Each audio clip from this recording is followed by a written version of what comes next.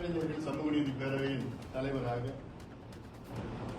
ஒருவரை நியமனம் செய்தார்கள். எனக்கெல்லாம் மிகுந்த அதிர்ச்சி. நியமனம் செய்யப்பட்ட அவர் என்னை பொறுத்தவரை அடிப்படையிலே ஒரு வழக்கறிஞராக கூட தகுதி இல்லாதவர்.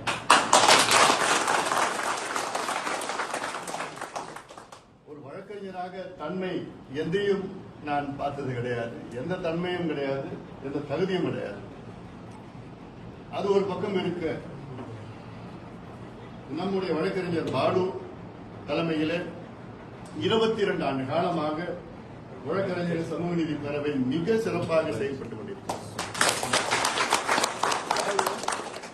நாங்கள் கட்சி சார்பிலே, கட்சியின் அடிப்படையிலே நாங்கள் களத்திலே வேகமாக செயல்பட எங்களுக்கு தைரியம் கொடுப்பது வழக்கறிஞர்கள் சமூக நீதி பேரவை தான்.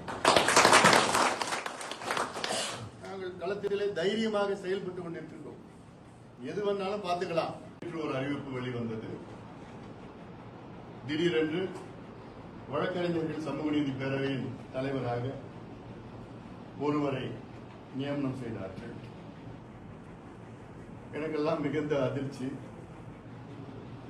நியமனம் செய்யப்பட்ட அவர் என்னை பொறுத்தவரை அடிப்படையிலே ஒரு வழக்கறிஞராக கூட தகுதி இல்லாதவர்.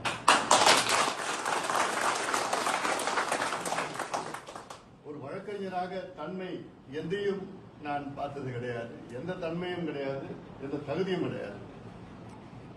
அது ஒரு பக்கம் இருக்க, நம்முடைய வழக்கறிஞர் பாலு தலைமையிலே 22 ஆண்டு காலமாக வழக்கறிஞர் சமூக நீதி பேரவை மிக சிறப்பாக செயல்பட்டுக் கொண்டிருக்கிறது.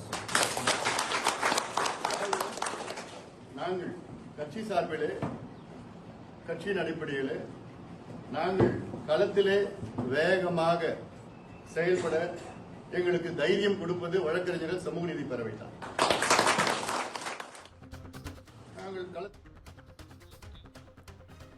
பாமகவில் தந்தை மகன் இடையே மோதல் போக்கு நீட்டித்த நிலையில் முடிவுக்கு வருமா என்று பல்வேறு கட்ட பேச்சுவார்த்தைகள் நடத்தப்பட்ட நிலையில் தற்போது அன்புமணி ராமதாஸ் மீது மீண்டும் குற்றச்சாட்டை வைத்துள்ளார். அதாவது, ராமதாஸால் வழக்கறிஞர்களின் சமூக நீதி பேரவை தலைவராக நியமிக்கப்பட்டவர் அடிப்படையில் வழக்கறிஞராக கூட இருக்க தகுதியில்லை என்று அன்புமணி குற்றச்சாட்டை முன்வைத்திருக்கிறார்.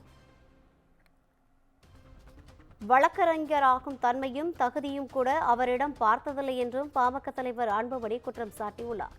பாலு தலைமையில் வழக்கறிஞர்களின் சமூக நீதி பேரவை 22 ஆண்டுகளாக சிறப்பாக செயல்பட்டதாக அவர் தெரிவித்துள்ளார். கட்சி களத்தில் செயல்பட தைரியம் அளிப்பதே வழக்கறிஞர் சமூக நீதி தலைவர்கள்தான் என்றும் அவர் தெரிவித்துள்ளார்.